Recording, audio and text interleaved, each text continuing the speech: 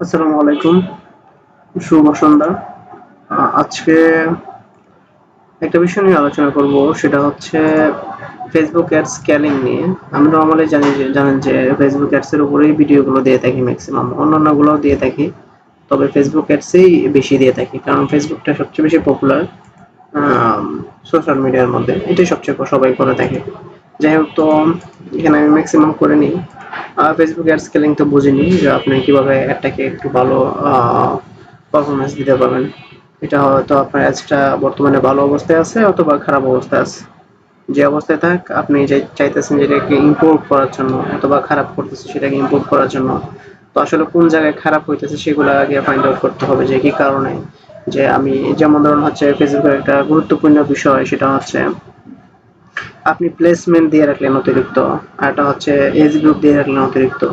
তো দেখা যাচ্ছে কি যে প্লেসমেন্টের বিষয় যদি বলি, ফেসবুক মার্কেট প্লেস, তো আপনাকে দেখতে হবে যে দেশে চালাচ্ছেন সে দেশের ফেসবুক মার্কেট প্লেসে অডিয়েন্সরা কেমন যায়। যেমন ধরুন হচ্ছে আমি চালাচ্ছি এটা আয়ারল্যান্ডের, সেটা কয়েক মাস ধরেই চালাচ্ছি। তো এখানে আমি দেখতে পাই যে ফেসবুক মার্কেট প্লেস থেকে নর্মালি মানুষ কি করি না, লিড আসেই না। ঠিক আছে, এটা লিড ক্যাম্পেইন। অ্যান্ড আপনাদের যদি ফ্যাশন প্রোডাক্ট হোক বা ই-কমার্স জাতীয় যেগুলো হোক, পারচেস জাতীয় এনিথিং, আপনারা সেমভাবে স্কেলিং করতে পারবেন।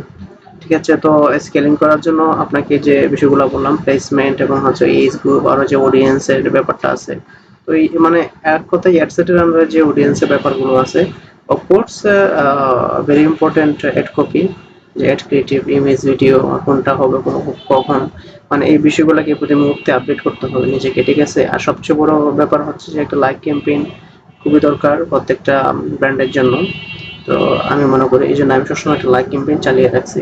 এটা আপনারা নিচে গেলে দেখতে পাবেন। এটা কি আপনার যে ইন্ট্রোডিউস করে টু ইউর অডিয়েন্স, যে আপনি কেমন অনকাইন্ড অফ অ্যাসেটের মতো, যে আপনার কেমন রিওয়ার্ডস আছে আপনার পেজের জন্য, যেটাকে আপনি ট্রাস্ট করবে আপনার অডিয়েন্সরা। যেহেতু মানুষ দিন দিন ট্রাস্ট চলে আসতেছে, বা ট্রাস্টের একটা ব্যাপার আছে, যে আপনাকে চিনে কিনা, একটা সার্ভিস যে নেবে আপনার থেকে, সে আপনাকে চিনে কিনা, হুট করে তো এসে সার্ভিস নেবে না। আর বিদেশে কি হয় যে ক্যাশ অন ডেলিভারি তো নাই। তো এখানে কি হয় যে অবশ্যই পরিচিতটা খুব বেশি ইম্পর্টেন্ট, কারণ হচ্ছে তারা কার্ড এড করে কিন্তু, বা মানে সার্ভিস হোক বা পারচেস করুক কোনো প্রোডাক্ট নিয়ে থাকে, কিন্তু সেক্ষেত্রে একটা ট্রাস্ট বিল্ডিং এর দরকার আছে। এই জন্য লাইক ক্যাম্পেইন খুবই গুরুত্বপূর্ণ। তো কয়টা বললাম, একটা হচ্ছে প্লেসমেন্ট, একটা হচ্ছে আপনার অডিয়েন্সের অ্যাড ক্রিয়েটিভ বা যেগুলো আছে সেগুলি, মানে এক কথায় অ্যাড কপি, আর হচ্ছে যে লাইক ক্যাম্পেইন চালাতে হবে। তো আসলে আমরা একটু দেখি যে আমি যদি লাইভ আমার এটা দেখি, তাহলে হচ্ছে আমি দেখতে পাবো যে অনেকগুলো এরসি চলতেছে, আমার কিছু লিডস আসছে, নট ব্যাড। দেন ক্লায়েন্ট কোনো রিপোর্ট করে নাই, আমি বলতেছি ঠিক আছে, সমস্যা নেই, আবার দিতেছে। কারণ এটা নতুন কি নিয়ে আসছে, সার্ভিস নিয়ে আসছে, তো আইসাই তো অনেকগুলো পাওয়া যাবে না। তো এরকম আর কি, উনি হিউজ খরচ করছে। আপনি যদি এখানে দেখতে পাচ্ছেন, আমি লাইভ দেখাচ্ছি যে টোটাল স্পেন্ড যদি দেখেন, অনেক খরচ করছে। এখান থেকে টোটাল স্পেন্ড আছে, অ্যামাউন্ট স্পেন্ড প্রায় দেখছেন এখানে প্রায় অলমোস্ট 1600 ইউরো। এটা যদি ইউএসডিতে করতে চান তাহলে আরো বেশি হবে। তো 1600 ইউরো সমান বাংলাদেশে অনেক টাকা, প্রায় 2 লাখ প্লাস। 2 লক্ষ টাকা শুধুমাত্র সেই এই পারফরমেন্স গুলোর মধ্যেই খরচ করে ফেলছে। তো ওদের এমন বড় বাজেট, ওরা বিগ ধরনের কি নিয়ে আসে থাকে, মানে প্রজেক্ট নিয়ে এসে থাকে। তারা বেশিরভাগই সার্ভিস টাইপ বা সার্ভিস ওরিয়েন্টেড কি দিয়ে থাকে, সার্ভিস দিয়ে থাকে। অ্যান্ড ই-কমার্সও আছে প্রচুর, তবে ই-কমার্সের সবচেয়ে বেশি 2 নম্বরে লিড আছে। তো যাই হোক, আসলে আমরা আসলে কিভাবে আমাদের এর যে যেহেতু একটা জিনিস ভালো করার জন্য একটা জিনিস খারাপ হইতেছে, সেটাকে ভালো করার জন্য অবশ্যই যে কেন খারাপ হইতেছে, কোন জায়গায় হইতেছে সেটা বের করতে হবে। বের করে দেন এটাকে সলিউশন করতে হবে। আমরা যদি এখানে যে অ্যাক্টিভেটস গুলাকে যদি সিলেক্ট করে দিই, অবশ্যই সিলেক্ট করবেন। এখানে একটা অপশন আছে, যারা জানেন তারা তো ভালো, না জানলে ভিডিও কন্টিনিউয়াস করতে পারেন। আমরা সিলেক্ট করে নিই যে আসলে আমরা ব্রেকডাউন করবো। প্রথমে ব্রেকডাউন থেকে আমরা এই কিছু বিষয় দেখবো, সেটা হচ্ছে 1 নম্বরে যে ব্রেকডাউনের যে উপরে আছে ব্রেকডাউন, এখান থেকে আমরা কান্ট্রি দেখতে পারি, প্লেসমেন্ট, আমি প্লেসমেন্টের কথা বলছিলাম, এজ এবং জেন্ডার। এখান থেকে পপুলার যেগুলো আছে ডে, এজ, মানে কোন দিন কোনটা ভালো করতেছে, কোন এজ গ্রুপটা ভালো করতেছে, কোন প্লেসমেন্টে মার্কেট প্লেসে ভালো করতেছে, নাকি ফেসবুক ফিড থেকে সবগুলো আসতেছে, নাকি স্টোরেজ থেকে বা রিল থেকে আসতেছে, কান্ট্রি। এখানে একটা অপশন আছে কি যে ডেমোগ্রাফিক্স থেকে এখানে কার্সর ধরলে এটা সবচেয়ে একটা গুরুত্বপূর্ণ। এটা হচ্ছে এখানে যদি ধরেন আমরা, ধরার পর সরি, এখান থেকে এজ এবং জেন্ডার দুইটা একসাথে দেখা যায়, এতে করে আপনি দুইটা একসাথে দেখতে পাবেন। আমরা দুইটা সিলেক্ট করে নিই। প্লেসমেন্ট আমরা পরে দেখবো, প্লেসমেন্টটা ইম্পর্টেন্ট। এখান থেকে যদি আমরা দেখি তাহলে হচ্ছে যে অ্যামাউন্ট স্পেন্ড দেখতে পাবো, and এটা ইমপ্রেশনটা দেখতে পারবো আমরা, প্রত্যেকটা ইমপ্রেশন, সিপিএম, রিচ। তো আপনি ডিপেন্ড করবে, আপনি যদি পারচেস ক্যাম্পেইন চালান পারচেসের ক্ষেত্রে আপনার কোনটা বেশি দরকার, আরওএসটা কেমন, সিটিআরটা কেমন, বা সিপিসিটা কেমন, সেটা খুবই গুরুত্বপূর্ণ, এটি কেমন। অথবা যে লিঙ্ক ক্লিক চালান ট্রাফিকের জন্য, তো এখানে লিঙ্ক ক্লিক গুলা কেমন। তো আমার এটার জন্য এই অবশ্যই লিঙ্ক ক্লিক গুলা জরুরি। সেটা আমি দেখে নেবো যে 98টা লিঙ্ক ক্লিক করছে, আমার সিটিআর হচ্ছে 1.50। সিটিআর অবশ্য আপনারা জানেন ক্লিক থ্রু রেট, মানে হচ্ছে যে এই প্রত্যেকটা ক্লিকের রেট কেমন যাবে সেটার একটা পার্সেন্টেজ দেওয়া থাকে। এই তাছাড়া হচ্ছে যে আপনার একজনের কাছে কতবার পৌঁছায় সেটার একটা হিসাব থাকে। দেন হচ্ছে সিপিসিটা আপনি দেখতে পাবেন যে আসলে মানে ইউরোপিয়ান কান্ট্রিতে সিপিসিটা কম কম আছে, মোটামুটি ভালো একটা সিপিসি আমি বলি। কারণ অন্যান্য প্রোডাক্টের ক্ষেত্রে অনেক ভালো এই সিপিসি চলে যায়, মানে অনেক বেশি কাটে আমার মনে হয়। অ্যান্ড হচ্ছে লিঙ্ক ক্লিকগুলো আপনি দেখতে পাচ্ছেন এখানে, যেমন আমরা দুইটা সিলেক্ট করেছি, একটা হচ্ছে এখানে যদি আমরা ক্লিক করি, এটা হচ্ছে এজ এবং জেন্ডার। তো এখানে এজ গ্রুপটা আপনি দেখে নেবেন, এই যে এখান থেকে এই যে 18 থেকে 24 ফিমেল, এখানে হচ্ছে যে এজ গ্রুপ এবং জেন্ডারটা দেওয়া আছে, দুইটা সিমিলার। এখান থেকে আমাদের লিঙ্ক ক্লিকটা কেমন আসছে, লিঙ্ক ক্লিকটা আমি দেখবো মূলত আর কি, কারণ আমার লিড ক্যাম্পেইনের জন্য লিঙ্ক ক্লিকটা বেশি ইম্পর্টেন্ট, আপনাদের জন্য লিঙ্ক ক্লিকটা বেশি ইম্পর্টেন্ট। সিটিআর গুলো পাশাপাশি দেখবেন, সিপিসিটাও দেখে নেবেন। আর আরওএসটা তো এটা ই কমার্সের ক্ষেত্রে বা এটা কিসের ক্ষেত্রে ক্যালকুলেট করে থাকে মূলত এই যে পারচেসের উপর, এই জন্য এখন দেখাচ্ছে না। তো যাই হোক, এই যে লিঙ্ক ক্লিকটা এখানে 98টা দেখাচ্ছে লিঙ্ক ক্লিক এই অ্যাডসটাতে, মানে এই ক্যাম্পেইনটাতে, এই ক্যাম্পেইনটাতে 98 লিঙ্ক ক্লিক আসছে টোটাল ম্যাক্সিমাম। তো এখানে আসার ফলে এখানে আমরা দেখতে পাচ্ছি যে কোন এজ গ্রুপের মানুষ সবচেয়ে বেশি লিঙ্ক ক্লিক করছে। তো এখানে ফিমেল এখানে আছে, এখানে টোটালটা। আর এখানে দেখতে পাবো যে 18 থেকে 24 ফিমেল মাত্র একটা করছে, ঠিক আছে। তো এটা খুবই আমি মনে করি, আর এখানে 18 থেকে 24 মেল করেই নাই। অ্যান্ড হচ্ছে 25 থেকে 34 ফিমেল দুইটা করছে, 25 থেকে 34 মেল 10টা করছে। তার মানে 25 থেকে 34 একটা এজ গ্রুপ, একটা গুড পয়েন্ট। সেক্ষেত্রে male male also good point, female something. And 25 থেকে 34 আনকন্ট্যাক্ট হয়ে আছে, যাই হোক। 35 থেকে 44 ফিমেল 6টা ক্লিক করছে, অ্যান্ড হচ্ছে 35 থেকে 44 মেল 8টা। তো এমন হচ্ছে 35 থেকে 54 7টা, 35 থেকে 54 8টা। ওই দেশের মানুষের কি হয় যে আপনি যদি ইউরোপিয়ান কাজ করে থাকেন তাহলে বুঝতে পারবেন, অথবা যদি ডাটা অ্যানালাইসিস করে থাকেন তাহলে বুঝতে পারবেন যে ওই দেশের মানুষরা বয়স্ক অবস্থাতেও ভালো ব্যবসা করে চলে বা ভালো ইনকাম করে। আমরা যেমন ধরো হচ্ছে তরুণরাই অলস হয়ে থাকি, আমরা বাঙালিরা। কিন্তু ওই ইউরোপিয়ান কান্ট্রির বা আদার যে কান্ট্রিগুলো আছে, আমেরিকান কান্ট্রিগুলো মানুষগুলা, ওরা ধরেন যতদিন বেঁচে আছে ততদিন কিন্তু ওরা পরিশ্রম করে যায়। দেখা যাচ্ছে যে ওরা শেষ বয়সে গিয়ে উদ্যোক্তা হওয়ার চেষ্টা করে, অথচ আমরা এই বাঙালিরা 20 বছর হয়ে গেলে বলে যে সময় চলে গেছে, বা 30 বছর হয়ে গেলে, 40 বছর হয়ে গেলে যে পারবো না, এরকম তারা নয়। তারা ধরেন 70 বছর হয়েছে কিছু একটা শুরু করে দিবে, মানে তাদের কাছে আর থাকতে পারে না আর কি। মানে সবচেয়ে বড় কথা হচ্ছে এটা। তো দেখেন 65 প্লাস, 19 মানে ফিমেল মেল দুজনেই, মানে এত বেশি ক্লিক আসছে দেখছেন। এখানে 65 প্লাস, এখানে যে বয়সটা আছে এখানে ফিমেল মেল, তারা কিন্তু সবচেয়ে বেশি সর্বোচ্চ ক্লিক আসছে এই দুটা থেকে, এবং সিপিসি কিন্তু অনেক কম। মানে ক্লিক যেটাতে বেশি আসবে সেটাতে সিপিসি অটোমেটিক্যালি কমে যাবে এবং সিটিআরটা বেড়ে যাবে।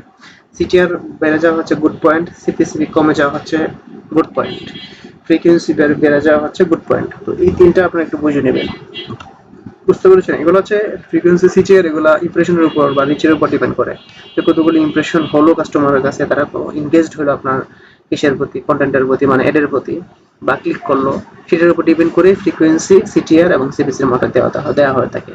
তো এই তিনটাই সবচেয়ে বেশি গুরুত্বপূর্ণ। তো এটা কিভাবে বাড়ানো যায়, কিভাবে একটু ভালো ইমপ্রুভ করা যেতে পারে, তো এই হচ্ছে বিষয়। দেন হচ্ছে আমরা যদি আরেকটা ক্যাম্পেইন দেখি, আমি দুইটা ক্যাম্পেইনে দেখি, এত তো সময় হবে না।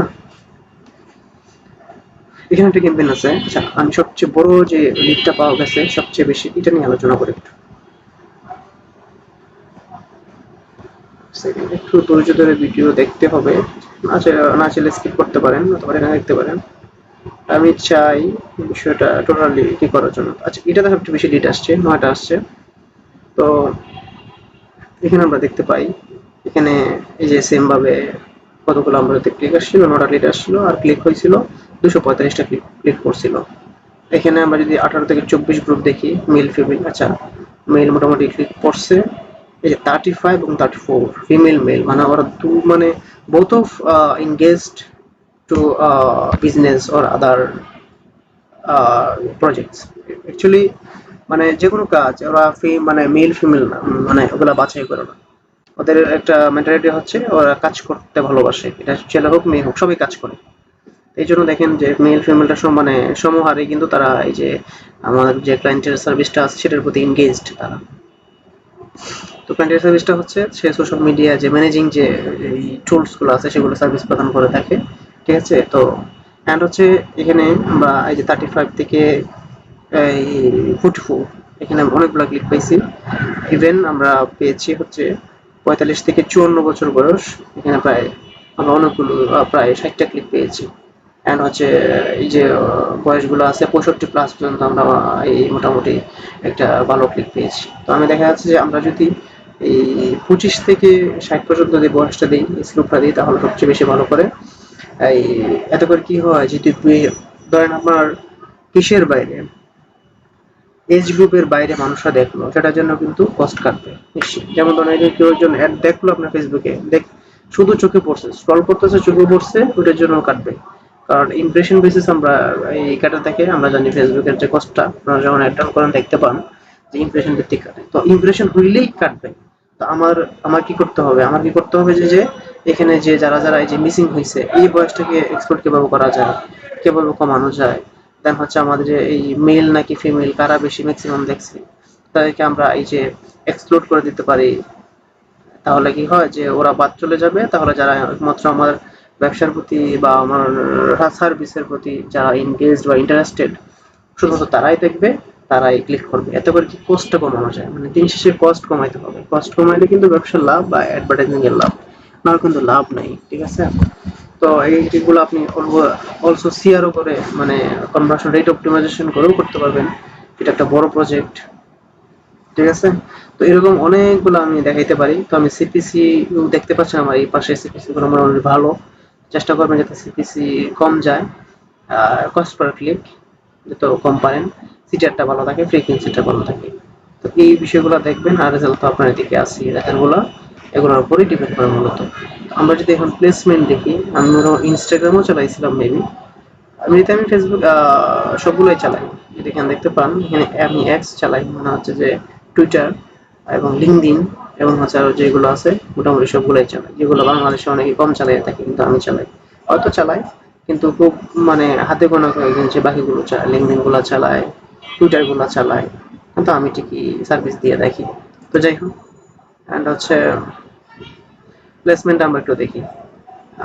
ঠিক আছে, বাকিগুলো আপনারা দেখে নিন। তো প্লেসমেন্টটা ইম্পর্টেন্ট। কোন দিন এটা মানে প্ল্যাটফর্ম যেগুলো আছে সেগুলো একটু দেখে নিলে হবে আপনারা। এখানে প্লেসমেন্টটা কি, যে এখানে এই দেখেন ফেসবুক অডিয়েন্স নেটওয়ার্ক। এই যে অডিয়েন্স নেটওয়ার্ক আছে না, এটা লিডের ক্ষেত্রে অডিয়েন্স নেটওয়ার্ক বা মেনুর যে একটা বিষয় বললেন, এখানে মেনুর অ্যাডভান্টেজ। ফেসবুক যেটা সাজেশন করে থাকে যে অ্যাডভান্স প্লেসমেন্ট, এটা কখন দিবেন? এটা শুধুমাত্র এনগেজমেন্ট ক্যাম্পেইনের জন্য দিবেন, যেমন লাইক ক্যাম্পেইন, অ্যাওয়ারনেস ক্যাম্পেইন, এই টাইপের ভিডিওগুলো মানে অ্যাডের জন্য দিবেন। কিন্তু যখন আপনি সেল ক্যাম্পেইন করবেন, লিড ক্যাম্পেইন করবেন, অবশ্যই ফেসবুক মার্কেট প্লেস এক্সক্লুড করে দিবেন, বিজনেস এক্সপ্লোরার এক্সক্লুড করে দিবেন। দেন হচ্ছে রিলসটা দিতে পারেন। রিলসটা দেওয়া সমস্যা, রিলস মানুষ দেখে। তবে যে দেশে চালু করবেন ওই দেশের মানুষ রিলস কেমন দেখে সেটা একটা ডাটা নিয়ে তারপর দিবেন। সবচেয়ে বেশি ফেসবুক ফিড থেকে, Facebook feed number one. Instream video দরকার নাই, মাইক্রো পেজ দরকার নাই, রাইট করলাম আমাদের থেকে আসলে আসে, না আসলে নাই, সেম কাহিনী। কারণ হচ্ছে কি, যে এখান থেকে একটা আসলেও দেখা যাচ্ছে যে অনেকে শো করতেছে, অনেকে শো করার ফলে কষ্টটা বেড়ে যাচ্ছে। তো দিন শেষে কি, একটা আসলেও অনেকগুলো খরচ করে একটা আসতেছে। ফার্স্ট রেজাল্টটা দরকার নাই, এখানে এক্সপ্লোরার দরকার নাই। ইনস্টাগ্রাম রিল, ইনস্টাগ্রাম যদি ওই দেশের মানুষ বেশি ব্যবহার করে থাকে, ইনস্টাগ্রাম দিতে পারেন, অবশ্যই সমস্যা নেই। ইনস্টাগ্রাম স্টোরি দিতে পারেন। তো ডিপেন্ড করবে যে আপনি আসলে কেমন একটা অ্যানালাইজ করতে পারতেছেন, ওই দেশের মানুষই কিভাবে তাদের অ্যাক্টিভিটিস কোন জায়গায় বেশি, কেউ মানে কত বয়সের মধ্যে বেশি। তো এগুলো যত বেশি আপনি জানবেন তত বেশি আপনি অ্যাডস ফলো করতে পারবেন। ঠিক আছে? তো আর সিআর তো অবশ্যই আছে যে এই কনভার্সন রেট অপটিমাইজেশন, একটা অডিয়েন্স এই ওয়েবসাইটে যাওয়ার পর ওয়েবসাইটটা কতটুকু অপটিমাইজ, কতটুকু লোড নিচ্ছে, দেন হচ্ছে ওয়েবসাইটে কি আপনার মানে ভিজিটর ফ্রেন্ডলি কিনা। যেমন ধরুন হচ্ছে অনেক যদি কন্টেন্ট এলোমেলো দেখে বা অনেকগুলো ক্লিক করে দিন শেষে সার্ভিসটা নিতে হয়, তাহলে কিন্তু সে অনেকটা বোর হয়ে যায়। কিন্তু এটা যদি সহজভাবে দেওয়া থাকে, সহজভাবে বোঝানো যায় যে আমি এরকম সার্ভিসটা দিচ্ছি, তুমি এরকম এরকম এই কিছুদিন ফ্রি পাবা, দেন হচ্ছে আবার তোমাকে পারচেস করতে হবে। সবকিছু যদি সুন্দরভাবে মানে দেয়া থাকতে পারে ইউআই এবং ইউএক্স ডিজাইন দিয়ে, তাহলে অবশ্যই আমি মনে করি ভালো হবে। অ্যান্ড হচ্ছে আমরা যদি প্লেসমেন্টগুলো দেখি, তো এই যে ফেসবুক স্টোরিজ রিল আমরা যদি এখানে দেখি, একটা যদি দেখি যে যেটা সবচেয়ে ভালো ছিল, বা একটাই দেখি, সমস্যা নেই। দেখেন এখান থেকে ক্লিকটাই দেখি, ক্লিকটা কি হবে। এবার নিয়ে আলোচনা করছে সিপিসিটি আর ফ্রিকোয়েন্সি আর বলবো না। তো লিঙ্ক ক্লিক দেখেন, এই দেখেন বিজনেস এক্সপ্লোরার থেকে একটা লিঙ্ক ক্লিকও নাই, মানে 2 মাস ধরে চালাচ্ছি, কিছু রিচ হয়েছিল, রিচই নাই, ক্লিকও নাই। ফেসবুক প্রোফাইল পিক থেকে কোনো ক্লিক নাই, রিল থেকে একটা ক্লিক আসছিল, এই দেখেন স্টোরিজ থেকে 11টা আসছে, এটা কিন্তু ভালো, গুড পয়েন্ট। অ্যান্ড হচ্ছে সবচেয়ে বেশি আসছে দেখেন ফেসবুক ফিড থেকে 72টা আসছে। অ্যান্ড এখানে হচ্ছে যে ফেসবুক ফিড মোবাইল ওয়েব থেকে নাই, এখানে ইন অ্যাপ থেকে নাই, যে বিভিন্ন যে অ্যাপগুলো আছে মাইক্রোপ্লাস বা ইনস্ট্যান্ট ভিডিও ইন অ্যাপ, এগুলো বলা হয় যে অডিয়েন্স নেটওয়ার্ক যেগুলো আছে, থার্ড পার্টি যেগুলো আছে সেগুলো থেকে আসে না, এগুলো অবশ্যই তুলে দিব আমরা। তাহলে আরও দেখতে পারি, এখানে 24টা আসছিল, তার মধ্যে 18টা আসছে থেকে ফেসবুক ফিড থেকে। আমরা দেখতে পাচ্ছি দিন শেষে কি হয় যে ফেসবুক ফিড থেকে আসে, যে দুইটা ওগুলো থেকে আসে ক্লিক, কিন্তু খরচটা বেড়ে যায়। দিন শেষে আমাদের এই যে 130টা এখানে আসছে কি, আচ্ছা অ্যাডস অন রিলস থেকে, ফেসবুক রিলস থেকে আসে। তাহলে আমরা বলে রাখতে পারি ফেসবুক রিলসটা রাখতে পারি, ফেসবুক স্টোরিজ আর হচ্ছে ফেসবুক ফিড। তার মোটামুটি কিন্তু আমাদের এখানে একটা কি হয়ে গেল, ধারণা হয়ে গেল যে আসলে প্লেসমেন্ট হিসেবে আমরা কোনটা সিলেক্ট করবো। অ্যান্ড হচ্ছে আমি তো অলরেডি আরও এড করছি যে আপনার একটা ওয়েবসাইটে যে কি করতে পারেন, সিআরও করতে পারবেন, কনভার্সন রেট অপটিমাইজেশন, মানে যেখানে আগে 100 জন ভিজিটর যাওয়ার পর 3টা পারচেস হইতো, এখানে কীভাবে 5টা করা যায়। তো এইটা কীভাবে করা যায় সেটা আপনারা করতে পারেন। যেমন ধরুন এখানে যদি কেউ আসে, আসার পর যদি ডিটেইল না বুঝতে পারে যে আসলে কি চাচ্ছে, কারণ এটা আপনি লিঙ্কটা আপনি দিয়ে দিলেন ইসের মধ্যে, ওই আপনার অ্যাডের মধ্যে, তা আসলো ভিজিটর আসলো এই ওয়েবসাইটে, আসার পর দেখলো যে আপনি এরকম টাইপ সার্ভিস দিয়ে দেখেন। এখন আপনাকে কিন্তু এখানে বলতে হবে যে আসলে আমি কি সার্ভিস দিচ্ছি, হু আই এম, কেন দিচ্ছি, এবং সার্ভিস চার্জটা কীরকম, এবং কোনো ফি আছে কিনা বা ট্রাস্টেড কিনা। তো এই বিষয়গুলো কিন্তু আপনাকে বিস্তারিত বললে দেন ওগুলো কিন্তু সে পড়বে, একটু সময় নিয়ে পড়ে দেন হচ্ছে এনগেজড হবে, যে কেউ সাইন আপ করবে কিনা ওয়েবসাইটে, বা সার্ভিসটা নেবে কিনা সাইন আপ করে। ঠিক আছে?